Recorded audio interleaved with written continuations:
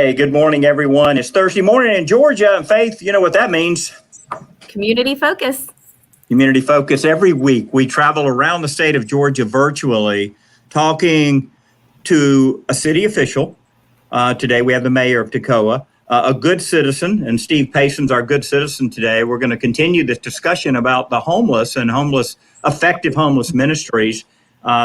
And Bill Silva doing our clean energy segment today. And then Alina Acosta will be talking about human trafficking, something that we discuss every week on our show. So let's get started. Steve, good to have you on. Looking forward to hearing about some of the great things y'all are doing. I feel like that the approach that y'all are taking, very compassionate, very responsible, very personal. We're looking forward to hearing about that. Thank you for being on. Thank you. Thank you for having me. Yeah. Alina, human trafficking is a blight on our state. We have so many people working on it. You're doing a great job over there at Cjcc. We'll hear more about what that means. Good to have you on today. Thank you. Bill Silva, you and I work together frequently. You're doing a lot of clean energy projects around Georgia and beyond. So we're going to hear about a Stevens County High School project today, as well as some other stuff you've been working on. Thanks for being on the show today. Thanks for having me, Commissioner. Yeah, well, let's get started. We're going to put everybody in the green room today and talk with the mayor. Toccoa is up there in the corner of the state. My daughter goes to Toccoa Falls Bible College, so I've gone up and down through there my whole life. I actually did some graduate work up there at Toccoa Falls Bible College as well. That college is a draw for your community, isn't it? Absolutely. They have a lot of outstanding majors now. They've got a nursing program now. And of course, the Toccoa Falls the Toccoa Falls, just the falls itself is a draw. Yeah, my daughter's an outdoor education major, and they're going to have to rappel down those falls. And she told me a couple of days ago when she got her harness and everything, she said, "Dad, these falls are higher than Niagara Falls." And I went, "Are you sure about that? Is that true, Mayor?" That is true. That is true. She's very brave. Wow. Incredible. Well, let's talk a little bit. Faith, you've been to Toccoa. You've gone to Lake Hartwell up there, haven't you? I have been. I've been to the falls. I told the mayor when we talked earlier that I actually learned how to rappel myself in North Georgia. My dad is certified in high angle rescue. So when we did family camping trips, we would stop at a cliff face on the side of the road and hike up and tie off and rappel down as a little kid, like 8, 9, 10. Wow. Mayor, I think one of the things that folks are going to be surprised about is this Currahee Mountain Paratrooper School. But Toccoa had a role in defeating the Nazis, didn't it? Absolutely. One of the things we're very proud of is our historical museum downtown, but also we have a group that has Camp Toccoa at Currahee that is actually rebuilding some of the barracks from that time period. It is at the base of Currahee Mountain, which is one of the highest points in this area. And one of the physical things they had to do, the paratroopers had to run 3 miles up and 3 miles down. And trust me, that is a feat. Running 3 miles anywhere seems to be a feat to me, but straight up a mountain and straight back down, no thank you. But we have a rich military history here in Toccoa, and we have a festival every fall, which brings a lot of folks to Toccoa as well. Wow. Mayor, I know that not everybody on our stream is a race car fan, but don't y'all have a dirt track or a racetrack up there as well? We do. And it brings people every Saturday night. Sometimes I live in downtown Toccoa, and I can hear if the wind's blowing just right, I can hear it. You don't have to be there. You can hear it. I think most people outside of Georgia don't realize how racing is so embedded in our culture. I mean, if you live in North Georgia, you're probably 30 minutes within 2 or 3 racetracks, right? Not just one. There are so many racetracks, from dirt tracks to Road Atlanta. We did have the Atlanta Dragway over there, and I think they're building a bunch of warehouses or distribution centers on the old property now. But racing is a big part of economic development for our state and a big part of entertainment. Oh, absolutely. That's one thing. We just completed a music series, so we were in a little bit of conflict with the Saturday night races because we have we just completed a music series on Saturday nights where we had food trucks and different genres of music that ran from June to August. So you were competing for noise ordinance with the racetrack, huh? I think the racetrack won. Over at Road Atlanta, they are not allowed to run in the 11 o'clock hour during church. That's another way you can tell you're in the South, right? So we're going to protect that 11 o'clock worship time. Get off the track.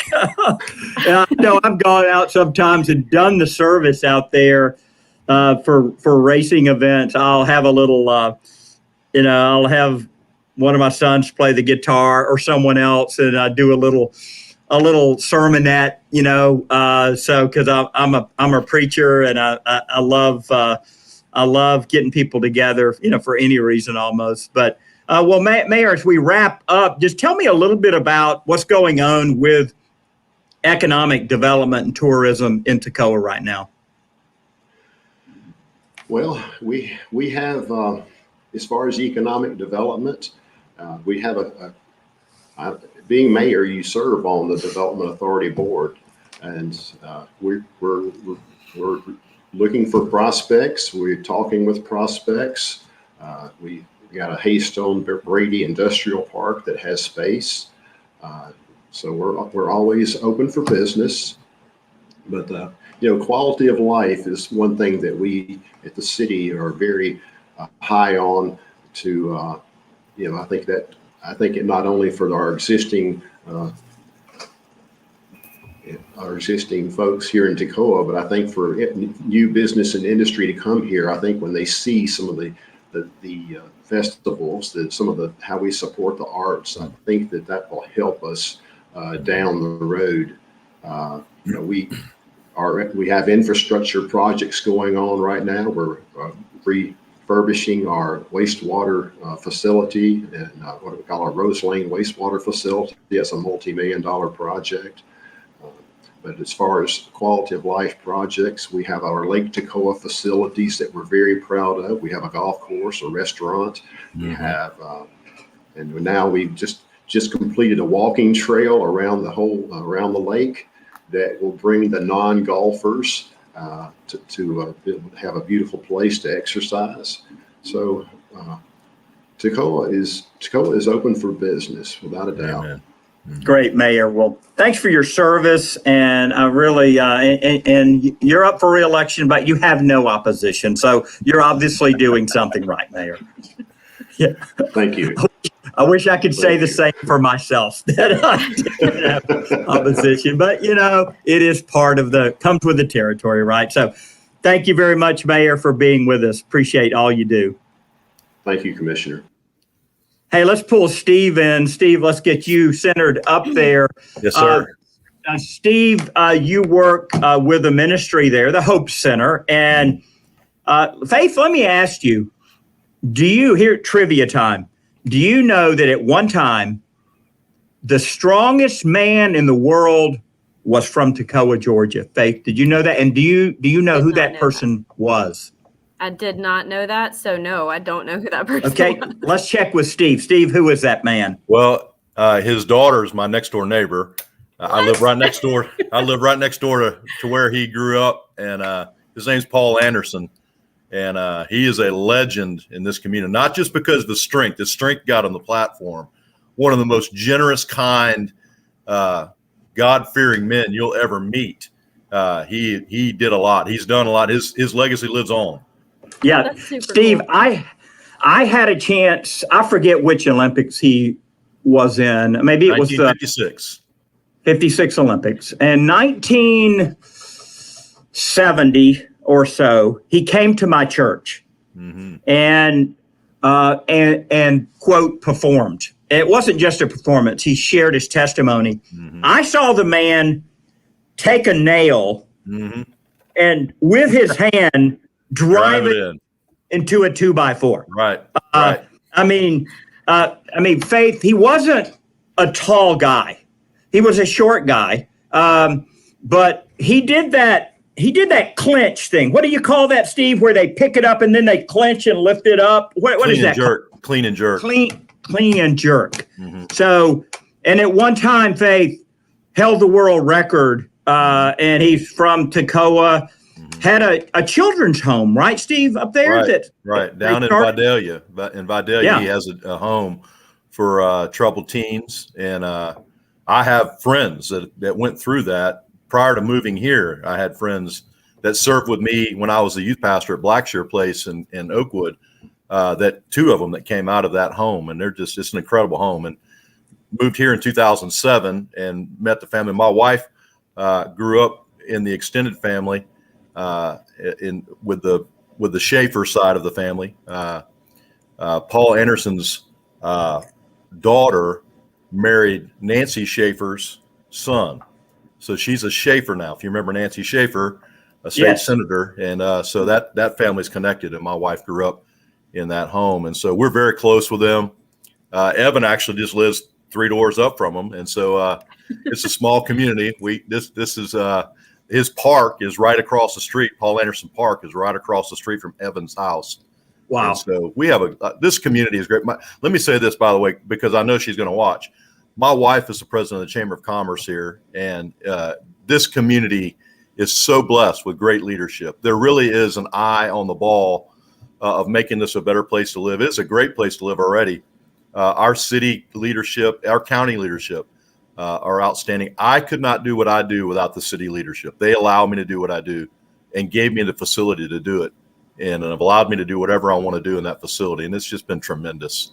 To work. Steve, y'all aren't that far from I-85, are you? It's about 10 or 15 minutes over there. It's about a 15-minute drive, and the bypass is now open 4 lanes all the way in, and it's changed. It's changing our culture.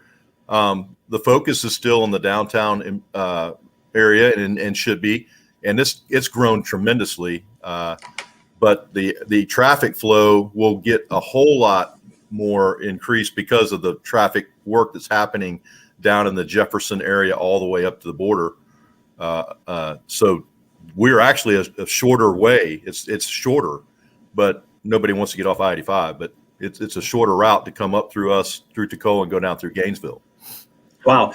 Let me ask you about the Hope Center, because I recently did a homeless project here in Atlanta where I paid them, some homeless guys, $10 to pick up trash. And we have a real litter problem around the Capitol, City Hall. This not on state property. Our state property is pristine, but everywhere else looks like a pigsty. But it was very successful. What's your approach to working with homeless people? Well, we try to offer whatever is the basic needs. We want everybody to have the basic needs: food, showers, laundry. Things that really we probably take advantage and take for granted that they don't have access to. I was a youth pastor for 20 years, and now I'm a full-time evangelist and travel and do a lot of public school talks, and I talk about bullying. And one of the biggest problems you find with bullying in the school is those children who are underprivileged and they don't have access to laundry service.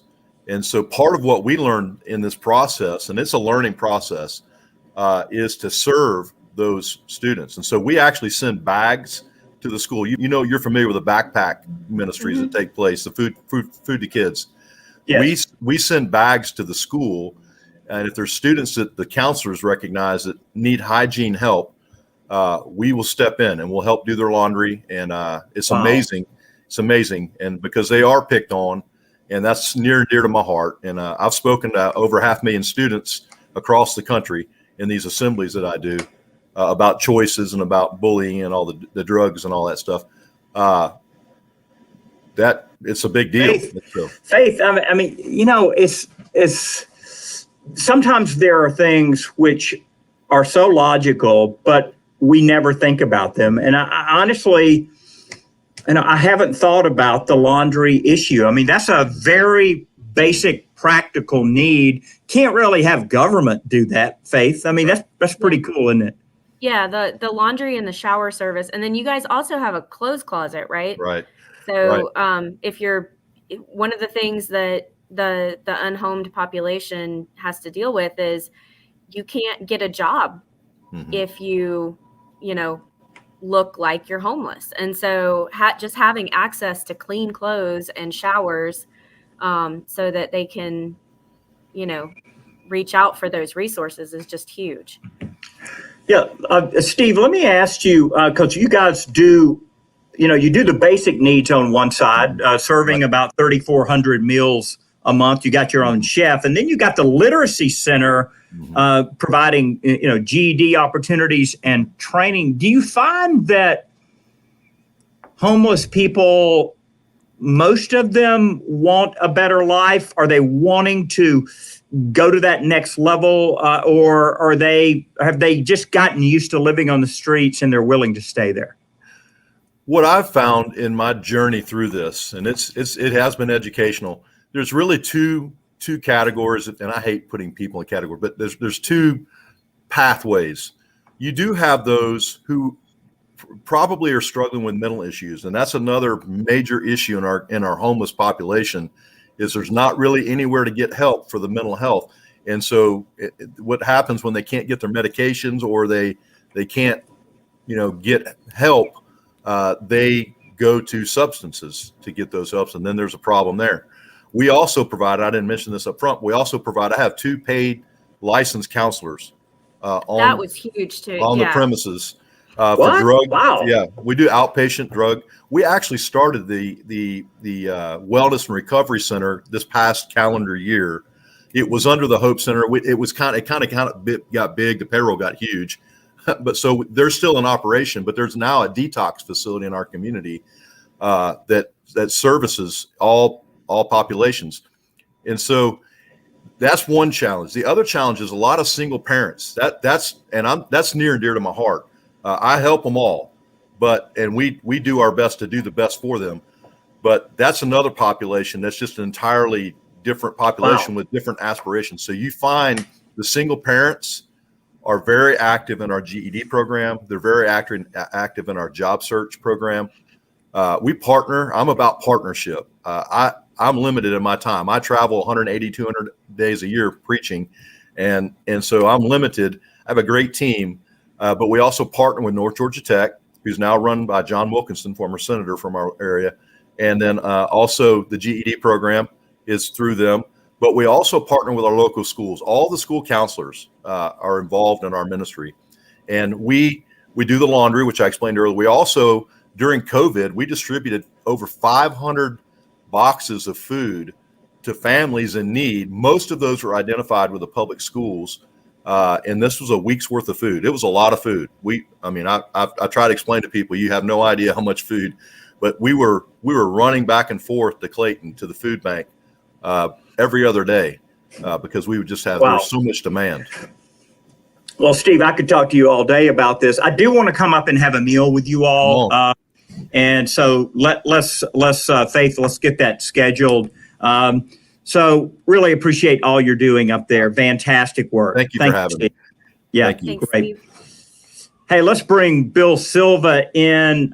Bill, you and I work together with renewable energy. Oftentimes, you work with United Renewable Energy, and you guys put up on top of the Stevens County High School a solar array back in 2016. How did that idea come about?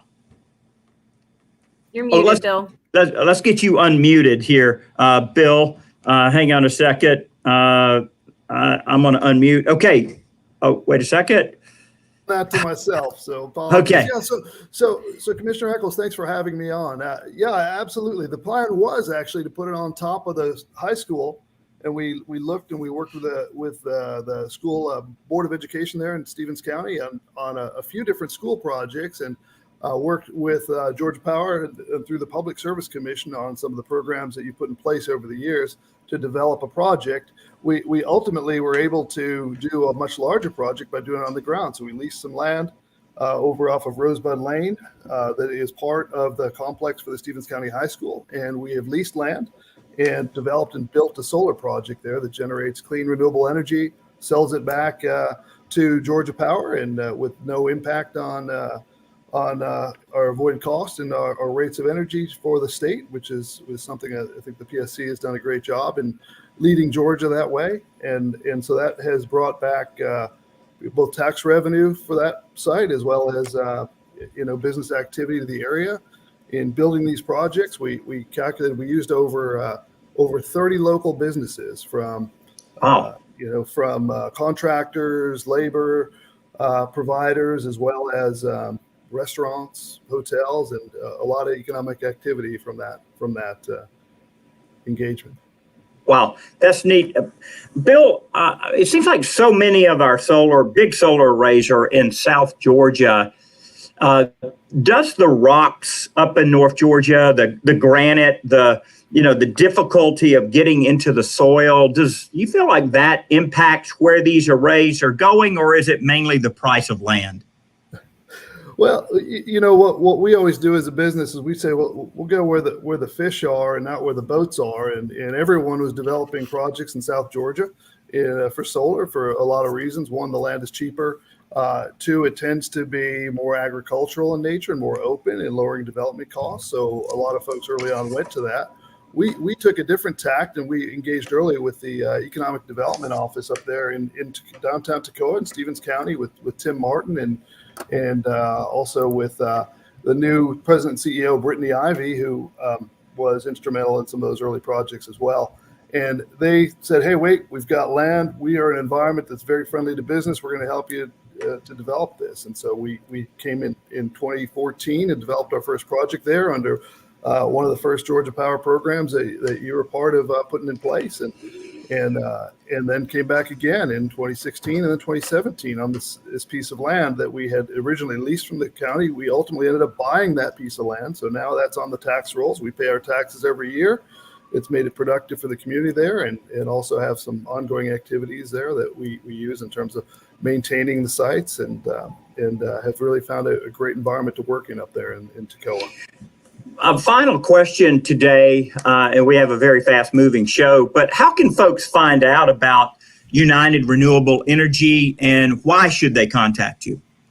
Yeah, we pride ourselves on being a provider of large-scale solar and energy storage projects at the lowest cost available at utility level of safety, quality, and performance. And that's due to how we grew up here in Georgia with no subsidies, but instead being able to develop and build projects at the lowest cost, most efficient way possible has made us competitive nationwide. So now we're a top 15 solar-focused EPC in the country, based on growing up here in Georgia and in some of the great partnerships we've built in North Georgia over the years, in particular in the Toccoa, Stevens County, East Denali area.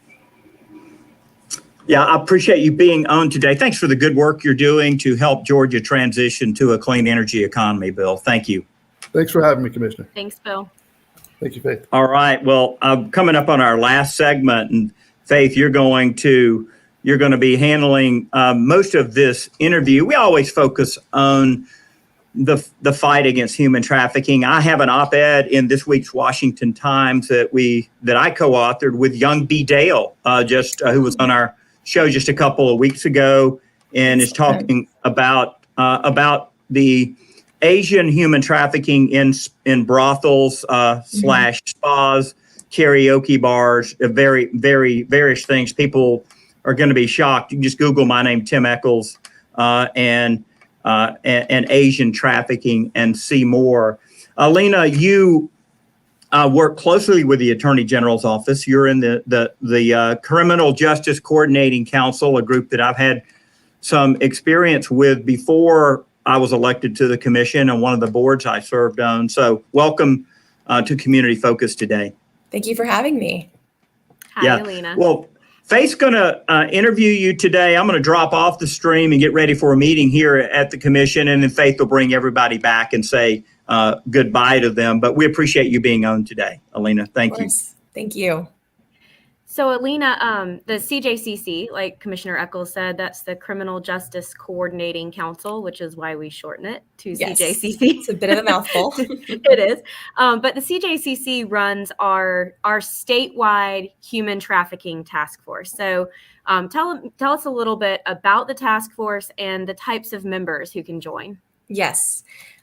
So the purpose of the statewide human trafficking task force is to provide that unified statewide response that addresses the need for a multidisciplinary approach to combat all forms of human trafficking throughout the state in a way that's efficient and effective. And so when we're talking about membership, there's such a huge focus on multi-disciplines. And so currently for the year 2021, we have 90 different agencies from across the state. And so we're talking about all levels of government. So federal, state, local government agencies, law enforcement, prosecutors, victim service providers, businesses, community members, advocacy groups, just about anyone who is passionate, indirectly or directly working within this field. So, I mean, in summary, anyone can join because CJCC understands the importance of having that diverse membership and that just people can come together and share their expertise and resources to collectively combat trafficking within the state. So the task force has 9 different work groups, Yes. right? And Mm-hmm. each work group has a different focus. Can you tell Yes. us a little bit about what each work group does? And the practical application of the task force. Exactly. Yeah. I could talk for hours about each work group, but to sum it up, as you said, there are 9 different working groups that collectively provide kind of that holistic response to addressing all forms of human trafficking and on varying levels. So for example, work group 1 is going to be that community awareness and education. So really focused on training specifically within the community. That's my work group. Exactly. So work group 2 and work group 4 are going to be more of our youth-oriented work groups that really focus on educating and keeping our most vulnerable safe. So they do some incredible work with that. Work group 3 is going to be focused on deterring traffickers and buyers. So addressing the demand side of this crime, which is very important, obviously. And then work group 5, if you're aware, is our law enforcement work group. And so they are really looking at that lack of education within law enforcement and prosecutors in how to investigate and prosecute human trafficking cases effectively and correctly, obviously, within the state. And so work group 6, I'm actually the chair of this work group. It is focused specifically on labor trafficking and providing that response for our foreign-born victims within the state, which is very, very important. And then work group 7 and work group 8 are kind of our survivor-focused work groups. And so they work to support and assist survivors in kind of transitioning out of exploitation, going through rehabilitation, and then, of course, re-entering society. So tremendous work and the projects that come out of those two. And then finally, we're going to end with work group 9, which is focused solely on adults, specifically within sex trafficking and expanding awareness and resources for that minority group. But obviously there's so much more information. So I would encourage that you go to our website to kind of look in depth at each one, the history, past and current initiatives. So I was a forensic interviewer in my previous life, and that training of law enforcement and prosecutors, like that is a huge aspect of whether or not we're able to get justice for these victims, because that's such a big piece. And, I know working with, it always felt like we would get a law enforcement officer or a prosecutor who really knew what they were doing, and then they would leave. Yes. And so just having that training from like the street officers through So investigations, that's just a huge part of it for me. So does the CJCC provide training? Yes. And how can people find out about that? We do. We provide a variety of trainings, like you said, varying from law enforcement, first responders to hospitality. I mean, anything and everything we have. And so when you're trying to access them, most of these trainings, they are going to be live, whether that be virtual or in person. So I would recommend that you go to our website and you look at the available trainings, what we have and what are upcoming. And then from there, you're able to get connected to a team member within our unit to kind of plan the logistics. And obviously, one thing to note that if you're there on the website and you see like a lack of a training or a sector or an area that you are seeing human trafficking within your community, because obviously human trafficking is very complex and we're seeing different facets of it almost every day. Still, like, please reach out to us because we're all about creating and building out new curriculum and training to address all forms of trafficking. But like I said, please go to our website because our goal is to raise awareness and educate everyone about this crime. So how would someone who's interested in joining the task force, how would they go about doing that? Yeah, this question is so great because we are actually right around the corner from open enrollment, which is our application process. It's going to begin mid-October. And so what I would recommend to anyone who's interested, please just go to our website, cjcc.georgia.gov. And I think, Faith, you have it up already. There's that tab. Perfect, for like human trafficking. And there you'll be able to see everything that I've talked about in more detail, but specifically that area for open enrollment. So you'll see information there. And once that application link is live, you'll be able to go in, fill it out, submit that application, and we'll be able to kind of like stay connected as far as that application process goes. But with that, just please go to our website, but also please reach out to myself, Alina Costa, or my unit supervisor, Erica Mortensen. If you do have any questions, we will walk you through that process. Because like I said, the reason why this statewide task force is so successful is just all of the incredible partners that bring their passion, their expertise, and their resources together and to just create some incredible solutions to addressing this issue. So please, if you're interested, just reach out. Awesome. Well, thank you so much for joining us. Thank you, everybody, for coming on with us. I have spent some time in Toccoa. It's a beautiful, beautiful place. North Georgia has my heart. I went to University of North Georgia in Dahlonega, so Northeast Georgia is my home away from home. So thank you so much for coming on with us today. Thank you for having us. Thank you. The next couple of weeks we have coming up, we have Jessup, and then we'll be in Cartersville, and then we'll be back up in Northeast Georgia in Gainesville the week after that. So just thanks everybody for coming on with us. I really appreciate you giving us your time to talk about your different areas of expertise.